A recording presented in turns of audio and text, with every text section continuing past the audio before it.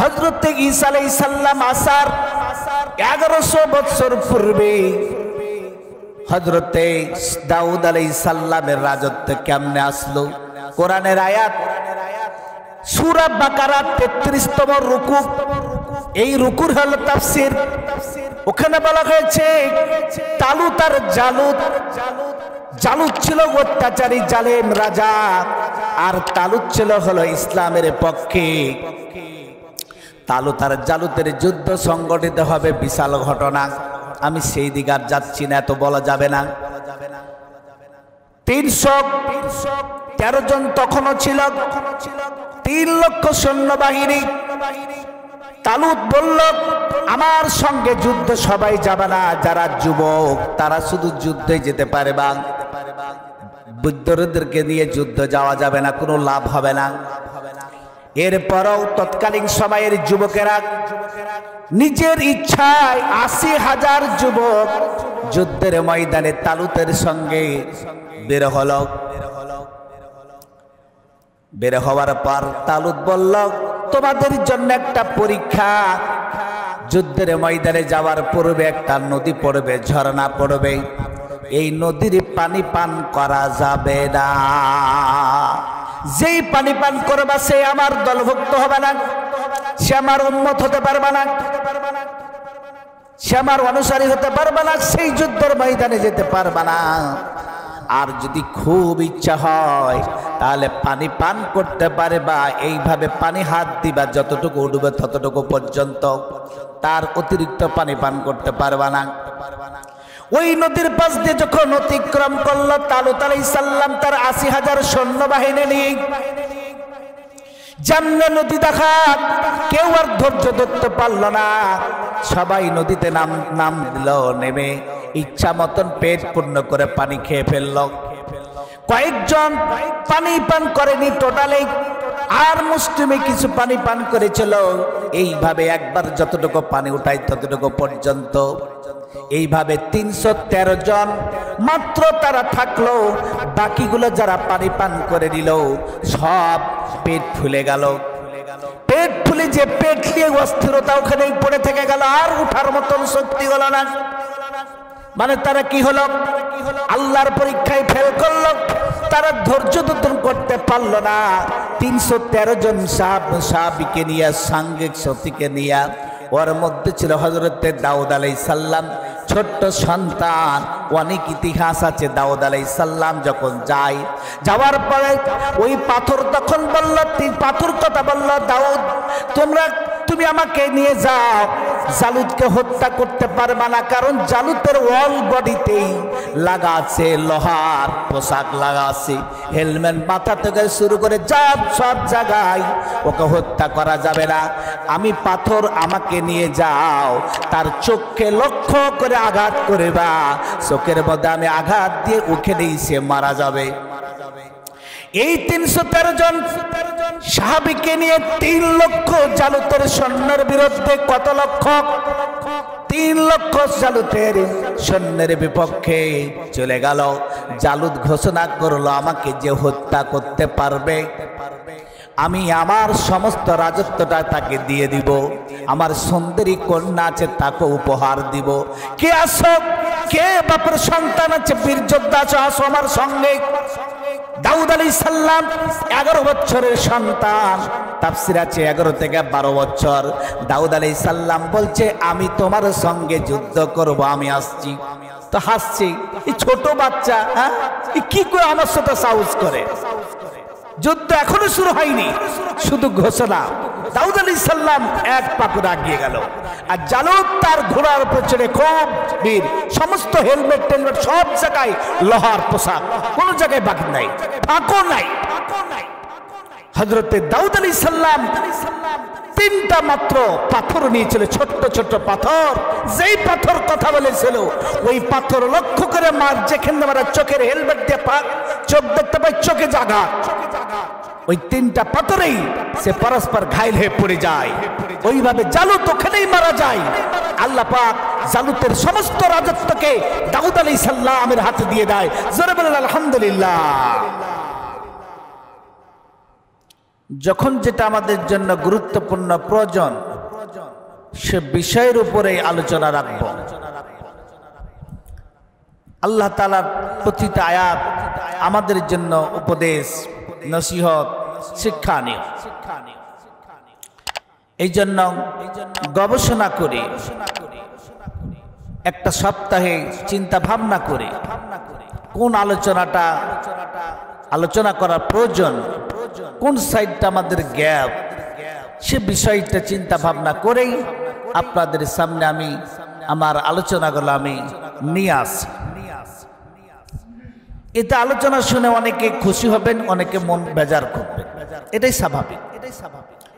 কোরআনের কথা শুনে সবাই যে খুশি হবে এটা নয়। আল হাক্কু মুররুন, সত্য মানুষকে তিক্ততা করে।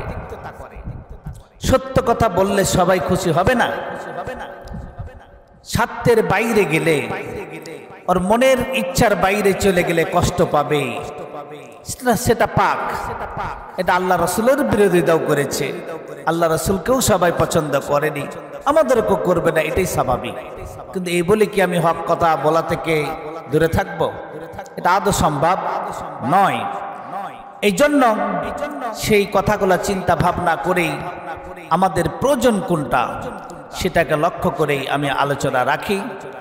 মনে কেউ কষ্ট পেলে কষ্ট পায়েন না, আমি কোরআন থেকেই তো কথা বলি, কোরআনের বাইরে বলি না। যদি বাইরে বলি তাহলে আপনারা আমাকে ধরবেন। আয়াতের মধ্যে আল্লাহ তাআলা বলেন, খাস করে যারা ঈমানদার, যারা মুমিন, যারা ঈমানের দাবি করে, যারা আমরা ঈমানদার, পরকাল, আল্লাহকে ভালোবাসে, আল্লাহকে খুশি করতে চাই, এমন কিছু কাজকর্ম আছে, এমন কিছু কর্মকাণ্ড আছে যেইগুলোর মাধ্যমে আমাদের ঈমান চলে যাবে। ঈমান থাকবে না তো দূরের কথা, ঈমান না থেকে বিপরীত দিকে আমরা জালেম হয়ে যাব, ফাসিক হয়ে যাব, কাফির হয়ে যাব, আমরা মুরতাদ হয়ে যাব। এই জন্য এই বিষয়গুলো আমাদের রাখার দরকার মনে। আল্লাহ তাআলা তাই বলেন, ইয়া আইয়ুহাল্লাযীনা আমানু লা তাত্তাখিযু আবাআকুম ওয়া ইখওয়ানাকুম আউলিয়া। হে ঈমানদারগণ, লা তাত্তাখিযু, তোমরা গ্রহণ করিও না, আবাআকুম, তোমাদের পিতাগণকে। তোমাদের একজন পিতা নয়, তোমাদের জন্মদাতা পিতা, পিতার পিতা, তারও পিতা, তোমাদের যতগুলা পিতা আছে, বহু বচন, এক বচন নয়, এই সমস্ত পিতাদেরকে, ওয়াই খাওয়ানাকুম, আর তোমাদের যতগুলা ভাই আছে, নিজের মায়ের পেটের ভাই, চাচাতো ভাই, খালাতো ভাই, ফুফাতো ভাই, দেশীয় ভাই, প্রতিবেশী ভাই, যতগুলা তোমাদের ভাই আছে, আল্লাহ পাক বলছেন আউলিয়া, তাদেরকে তোমরা অভিভাবক হিসাবে, তাদেরকে বন্ধু হিসাবে তোমরা গ্রহণ করিও না। তাহলে কেন করব না? কি কারণে পিতাদেরকে, বন্ধুদেরকে, ভাইদেরকে বন্ধু হিসাবে গ্রহণ করা যাবে না, অভিভাবক হিসাবে গ্রহণ করা যাবে না? আল্লাহ তাআলা বলছেন, ইনিস্তাহাব্বুল কুফরা আলাল ঈমান, যদি তারা ঈমানের উপরে কুফরিকে বেশি প্রাধান্য দেয়। ঈমানের উপরে যেগুলো হলো কুফরি, অস্বীকার করে, কুফরি মতবাদ রয়েছে, আদর্শ রয়েছে, সেই আদর্শ, কুফরি মতাদর্শ আদর্শকে যদি সে বেশি ভালোবাসে, পছন্দ করে, লালিত পালিত করে, তাহলে ওই রকম পিতা, ওই রকম ভাইয়ের সঙ্গে বন্ধু হিসাবে বা অভিভাবক হিসাবে তাদেরকে গ্রহণ করা যাবে না, অন্তর থেকে, মন থেকে। আল্লাহ পাক বলেন, ওয়া মাইয়াতাওয়াল্লাহুম মিনকুম, তোমাদের মধ্যে যদি কেউ গ্রহণ করে, আমার এই কথাগুলোকে যদি অমান্য করে, তার পিতা ইসলাম বিদ্বেষী, ভাই হলো ইসলাম বিদ্বেষী, ইসলামকে পছন্দ করে না, কোরআনকে পছন্দ করে না, নবী রাসূলদেরকে পছন্দ করে না। এরকম যদি তোমার পিতা হয়, ভাই হয়, ওদেরকে যারা বন্ধু হিসাবে গ্রহণ করবে, আল্লাহ পাক বলছেন ফাউলাইকা হুমুজ জালিমুন, এরা হলো সব জালেম হয়ে যাবে। কি হয়ে যাবে? জালেম হয়ে যাবে। সম্মানিত ভাইরা আমার, এই কোরআনের আয়াত নাযিল হয় কখন? আল্লাহ রাসূল সাল্লাল্লাহু আলাইহি সাল্লাম মক্কাতে তিনি গোপনে গোপনে 13 বছর নবুয়ত লাভ করার পর, ওহী লাভ করার পর কোরআন যখন থেকে নাজিল হয়, এরপর থেকে শুরু করে 13 বছর ইসলামের দাওয়াত রাতে গভীরে দিনে প্রকাশ্য করে দিতে পারতেন না। মক্কার তৎকালীন সময়ে যারা শাসন করত, গোত্রীয় শাসন, এরা ছিল সব অত্যাচারী। যারা গোপনে ইসলাম গ্রহণ করত, ঈমান গ্রহণ করত, এটা যদি তারা টের পেত, জানতে পারত, তাদেরকে বাড়ি থেকে উঠিয়ে নিয়ে যে তাদেরকে জুলুম করেছে, তাদের প্রতি রক্তাক্ত করেছি। তাদেরকে শুধু তাই নাই, উত্তপ্ত বালুর মধ্যে শুয়ে দিয়ে বুকে পাথর চাপিয়ে দিয়েছে। হযরতে খাব্বাব রাদিয়াল্লাহু তাআলা আনহুকে জ্বলন্ত আগুনের উপরে তাকে শুয়ে দিয়েছি। খাব্বাবের গোস্ত গোলাপ, চামড়া গোলাপ, চর্বি গোলাপ গলেছে, আগুনে পড়েছে, তারপরও তাদেরকে ময়া হয়নি, দয়া হয়নি, অন্তরে একটু কম মহব্বত লাগেনি। এইভাবে যারা ইসলামের গ্রহণ করেছে তাদেরকেই ধরে তারা শাস্তি দিয়েছে, নির্যাতন করেছে, জুলুম করেছে, তাদের প্রতি অন্যায় করেছে, তাদেরকে নিজের বাড়িঘর থেকে বের করে দিয়েছে। এমন অবস্থার মধ্যে ইসলাম, আল্লাহ রাসূল সাল্লাল্লাহু আলাইহি সাল্লাম তিনি মদিনার একবার নয়, দুইবার নয়, 3 টাকাবার শপথ হয়েছিল।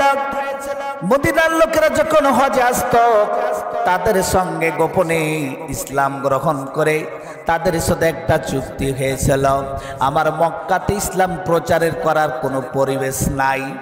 ইসলামের কথা ডাইরেক্ট বলতে গেলে তারা প্রকাশ্যে আমাদেরকে হত্যার হুমকি দেয়, হত্যা করে, মারে।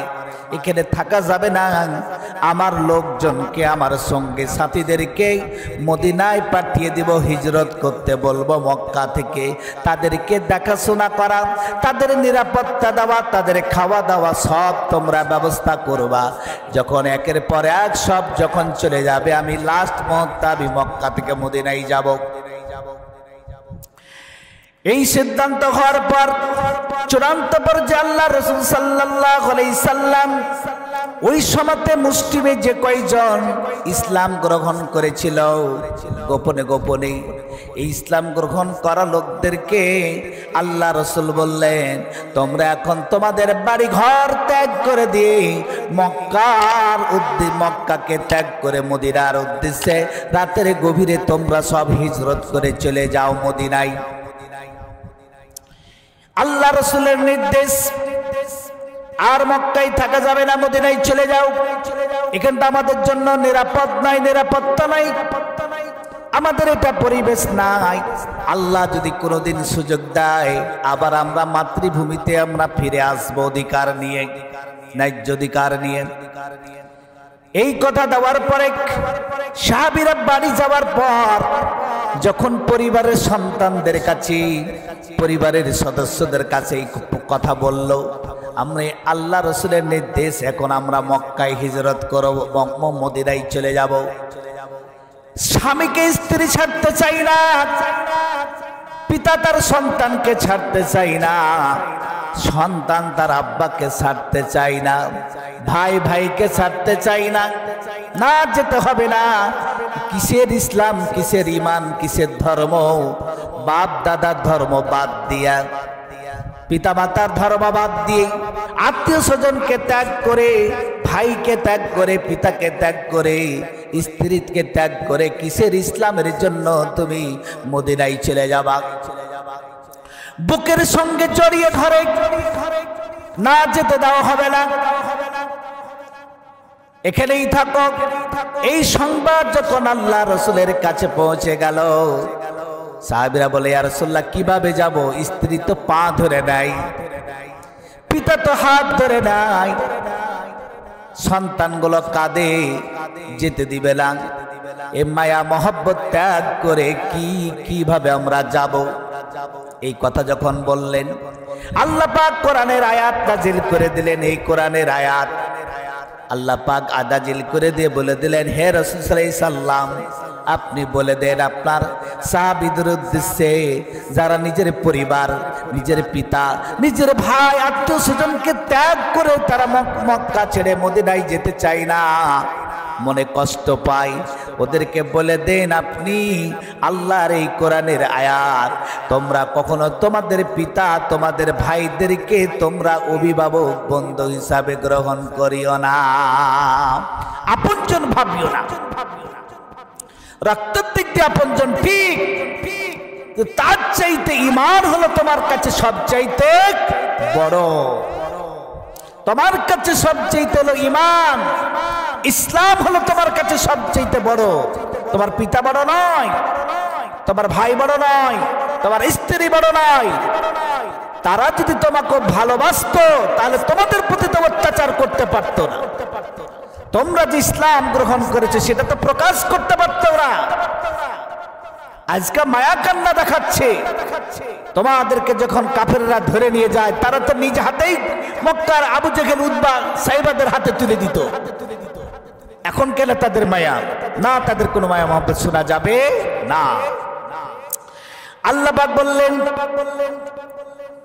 যারা ঈমানের উপরে কুফরিকে প্রাধান্য দেয়, কুফরি মানে হলো যেই মতাদর্শের মধ্যে আল্লাহ দ্রোহিতা রয়েছে, আল্লাহকে চিনে না, আল্লাহকে ভালোবাসে না, জাহান্নামের কাজ করায়, যেই মতাদর্শের মধ্যে মানুষের প্রতি অন্যায়, অবিচার, জুলুম, নির্যাতন করা হয়, ওটা কোনো ধর্ম নয়, আদর্শ নয়, ওটা হলো সব কুফরি মতবাদ।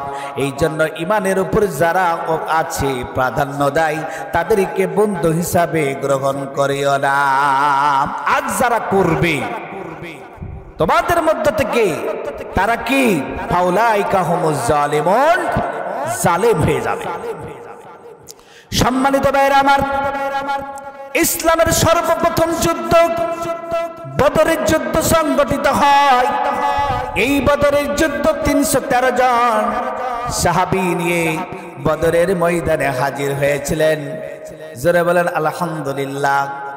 আমি কয়েকদিন আগে, গতকালকে একটা তাফসীর পড়ছিলাম। হযরত ঈসা আলাইহিস সালাম আসার 1100 বছর পূর্বে হযরতে দাউদ আলাইহিস সালামের রাজত্ব কেমনে আসলো? কোরআনের আয়াত সূরা বাকারা 33তম রুকু, এই রুকুর হলো তাফসীর। ওখানে বলা হয়েছে তালুত আর জালুত। জালুত ছিল অত্যাচারী জালেম রাজা, আর তালুত ছিল হলো ইসলামের পক্ষে। তালুত আর জালুতের যুদ্ধ সংগঠিত হবে, বিশাল ঘটনা। আমি সেই দিকে আর যাচ্ছি না, এত বলা যাবে না। 313 জন তখনও ছিল, 3 লক্ষ সৈন্যবাহিনী। তালুত বলল, আমার সঙ্গে যুদ্ধ সবাই যাবে না, যারা যুবক তারা শুধু যুদ্ধে যেতে পারবে, বৃদ্ধদেরকে নিয়ে যুদ্ধ যাওয়া যাবে না, কোনো লাভ হবে না। এরপরও তৎকালীন সময়ের যুবকেরা নিজের ইচ্ছায় 80,000 যুবক যুদ্ধের ময়দানে তালুতের সঙ্গে বের হলো। বের হওয়ার পর তালুত বলল, তোমাদের জন্য একটা পরীক্ষা। যুদ্ধের ময়দানে যাওয়ার পূর্বে একটা নদী পড়বে, ঝর্ণা পড়বে, এই নদীর পানি পান করা যাবে না। যেই পানি পান করবা সে আমার দলভুক্ত হবে না, সে আমার উম্মত হতে পারবে না, সে আমার অনুসারী হতে পারবে না, সেই যুদ্ধের ময়দানে যেতে পারবে না। আর যদি খুব ইচ্ছা হয় তাহলে পানি পান করতে পারবা, এইভাবে পানি হাত দিবা যতটুকু উঠবে ততটুকু পর্যন্ত, তার অতিরিক্ত পানি পান করতে পারবা না। ওই নদীর পাশ দিয়ে যখন অতিক্রম করলো তালুত আলাইহিস সালাম তার ৮০,০০০ সৈন্যবাহিনী নিয়ে, যেমনে নদী দেখা কেউ আর ধৈর্য ধরতে পারল না, সবাই নদীতে নাম দিল, নেমে ইচ্ছা মতন পেট পূর্ণ করে পানি খেয়ে ফেলল। কয়েকজন পানি পান করেনি টোটালি, আর মুসলিমে কিছু পানি পান করেছিল। এইভাবে একবার যতটুকু পানি উঠায় ততটুকু পর্যন্ত, এইভাবে ৩১৩ জন মাত্র তারা থাকলো। বাকিগুলো যারা পানি পান করে নিল সব পেট ফুলে গেল। পেট ফুলে যে পেট নিয়ে অস্থিরতা ওখানেই পড়ে থেকে গেল, আর উঠার মতন শক্তি হলো না। মানে তারা কি হলো, আল্লাহর পরীক্ষায় ফেল করলো, তারা ধৈর্য ধারণ করতে পারলো না। ৩১৩ জন সাহাবীকে নিয়ে, সাঙ্গিক সতীকে নিয়ে, ওর মধ্যে ছিল হযরতে দাউদ আলাইহিস সালাম, ছোট্ট সন্তান। অনেক ইতিহাস আছে। দাউদ আলাইহিস সালাম যখন যাওয়ার পরে ওই পাথর তখন বলল, পাথর কথা বলল, দাউদ তুমি আমাকে নিয়ে যাও, জালুতকে হত্যা করতে পারবা না, কারণ জালুতের অল বডিতেই লাগা আছে লোহার পোশাক লাগা আছে, হেলমেট মাথা থেকে শুরু করে সব জায়গায় ওকে হত্যা করা যাবে না। আমি পাথর, আমাকে নিয়ে যাও, তার চোখকে লক্ষ্য করে আঘাত করবা, চোখের মধ্যে আমি আঘাত দিয়ে ওখানেই সে মারা যাবে। এই ৩১৩ জন সাহাবীকে নিয়ে ৩ লক্ষ জালুতের সৈন্যের বিরুদ্ধে, কত লক্ষ? ৩ লক্ষ জালুতের সৈন্যের বিপক্ষে চলে গেল। জালুত ঘোষণা করলো, আমাকে যে হত্যা করতে পারবে আমি আমার সমস্ত রাজত্বটা তাকে দিয়ে দিব, আমার সুন্দরী কন্যা আছে তাকে উপহার দিব। কে আসো, কে বাপের সন্তান আছে, বীর যোদ্ধা আছো, আসো আমার সঙ্গে। দাউদ আলাইহিস সালাম 11 বছরের সন্তান, তাফসীর আছে 11 থেকে 12 বছর। দাউদ আলাইহিস সালাম বলছে, আমি তোমার সঙ্গে যুদ্ধ করব, আমি আসছি। তো হাসছি, এই ছোট বাচ্চা, হ্যাঁ, কি করে আমার সাথে সাহস করে? যুদ্ধ এখনো শুরু হয়নি, শুধু ঘোষণা। দাউদ আলাইহিস সালাম এক পা করে এগিয়ে গেল, আর জালুত তার ঘোড়ার পেছনে খুব বীর, সমস্ত হেলমেট টেলমেট সব জায়গায় লোহার পোশাক, কোনো জায়গায় বাকি নাই, ফাঁকও নাই।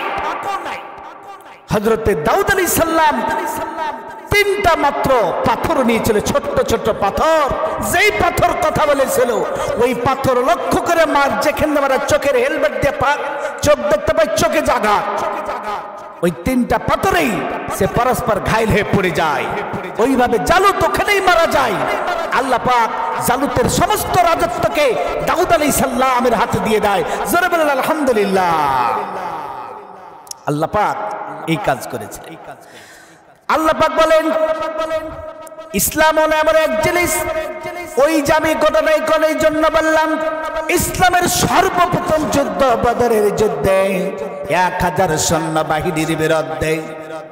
মক্কার কাফেরদের 1000 সৈন্যবাহিনী ছিল। আল্লাহ রাসূলের পক্ষে তেমন কোনো অস্ত্র নাই, ঘোড়াও নাই। খেজুরের ডাইগা নিয়ে সাহাবীরা চলে গেছে। নিরস্ত সাহাবীরা আল্লাহর উপর তাওয়াক্কুল করে ভরসা করে গেছি। হযরত আবু বকর রাদিয়াল্লাহু তাআলা আনহু ইসলামের পক্ষে তরবারি নিয়ে আসে। হযরত আবু বকরের সন্তান কাফেরদের পক্ষে, আবু জেহেলের পক্ষে মক্কা থেকে গেছি। দেখেন ভাইরা আমার, আবু বকর মক্কা থেকে মদিনায় চলে গেল, কিন্তু তার সন্তান তখন ইসলাম গ্রহণ করেনি। পিতা হলেই যে ইসলাম আসবে, এই জন্য দেখা যায় মাওলানার ছেলে মাওলানা সবাই হয় না। আরেকজন পরিবারে কেউ তার বংশে আলেম নাই, মাওলানা নাই, হাফেজ নাই, ওই পরিবার থেকে একজন আলেম হয়ে যায়। বলেন ঠিক কিনা? বাপ দেখা যায় বেনামাজি, সন্তান মাওলানা হয়ে যায়, ইসলামের পক্ষে চলে আসে। ইসলামের পক্ষে সন্তান আসে না, পিতা চলে আসে। বলেন ঠিক কিনা? হযরতে আবু বকর ইসলামের পক্ষে তরবারি, আর সন্তান হলো আরেকদিকে তরবারি ধরে আসি হযরতে ওমর রাদিয়াল্লাহু তাআলা আনহু। একদিকে তার ভাইটা হলো, আরেকদিকে তরবারি ধরে আছে। হযরত আবু বকর বলতেছেন, শুনেছেন আমার সন্তান বদরের প্রান্তরে এসেছি। আবু বকর লক্ষ্য হলো আমার সন্তানকে যদি আমার সামনে পাই, আমার চোখের সামনে পাই, একটা তরবারি আর তার গাদ্দানে মেরে গলাতে মেরে আমি দ্বিখণ্ডিত করে দিব। আর আবু বকরের সন্তান বলতেছে, আমি তো যুদ্ধ এসেছি, ওগো আল্লাহ আমার আব্বা যেন আমার সামনে না পড়ে, কারণ আব্বা যদি পড়ে আব্বার সামনে আমি কিভাবে তরবারি চালাবো? আমি তো আব্বাকে পারবো না, আব্বাকে হত্যাও করতে পারবো না। আমার আব্বার সাথে যদি আমার সাক্ষাৎটা হয়, এই দিক ওদিক দিয়ে যেটা পাশ কেটে যায়। এই জন্য এইরকম সিস্টেম, ইসলাম জয় পরাজয় হয়ে গেল, মুসলমানদের বিজয় লাভ হলো। পরবর্তীতে যখন আবু বকরের সন্তান ইসলাম গ্রহণ করলেন বদরের যুদ্ধের পর, আবু বকর বলছিল, আমার সন্তান বদরের প্রান্তরে আমি তোমাকে খুব খোঁজাখুঁজি করেছিলাম, সেই দিন যদি আমার সামনে তরবারির সামনে তুমি আসতা, তোমাকে আমি রক্ষা করতাম না, কারণ তুমি আমার সন্তান, তোমার চাইতে আমার ঈমানটা বড়, সেই দিন আমার কাছে তুমি রক্ষা পেতা না। জোরে বলেন আলহামদুলিল্লাহ। এই জন্য ইসলামকে বিজয়ী করার জন্য আল্লাহ পাক বললেন, তোমাদের যদি সন্তান, তোমাদের পিতা, তোমাদের ভাই, তোমাদের আত্মীয় স্বজন যদি হয়, ওরা যদি ইসলামের বিপক্ষে হয়, ওদের আনুগত্য করা যাবে না, তাদের দলে থাকা যাবে না, তাদের পক্ষ থাকা যাবে না। বলেন ঠিক না ঠিক? এই জন্য সম্মানিত ভাইরা আমার, আজ বর্তমান বাংলাদেশে কোনো আর ভোগী হবে না, তরবারির যুদ্ধ নাই। তরবারির যুদ্ধ আছে নাকি? নাই। তৎকালীন সময়ের একটা সিস্টেম ছিল, যে যাকে পরাজয় করতে পারত ওই এলাকা দখল করলে তার রাজত্ব চলত। বলেন ঠিক না ঠিক? এই ভারতবর্ষকে সম্রাট বাবর আফগানিস্তান থেকে তারা এসে এই ভারতবর্ষের হিন্দুদের সঙ্গে যুদ্ধ করে বিজয় লাভ করে এই দেশে ইসলামের প্রচার করেছি। ওই সিস্টেমটা এখন নাই। এই বাংলাদেশে যে সিস্টেম, আমরা সবাই 90% মুসলমান, কিন্তু মুসলমান হলেও আমরা সবাই ইসলামের পক্ষে নয়, ইমানের পক্ষে নয়। কথা বলেন ঠিক না ঠিক? যেই মুহাম্মদ সাল্লাল্লাহু আলাইহি সাল্লাম মদিনা রাষ্ট্র গঠন করে কোরআন দ্বারা রাষ্ট্র পরিচালনা করলেন, হযরতে দাউদ আলাইহিস সালাম পরিচালনা করেছেন, হযরতে সুলাইমান আলাইহিস সালাম ইসলাম দ্বারা করেছেন, হযরতে ঈসা আলাইহিস সালাম করেছেন। সকল নবী রাসূল ইসলাম তাদের কিতাব দ্বারা চালিয়েছে। আজকেও আমরা 90% মুসলমান, কিন্তু দেখা যায় নামাজ পড়ি, রোজা রাখি, সব করি। ভোটের সময় যখন আসে তখন পিতা যায় একদিকে, সন্তান যায় একদিকে, দুই ভাই যায় দুই দিকে। কথা বলেন ঠিক না ঠিক?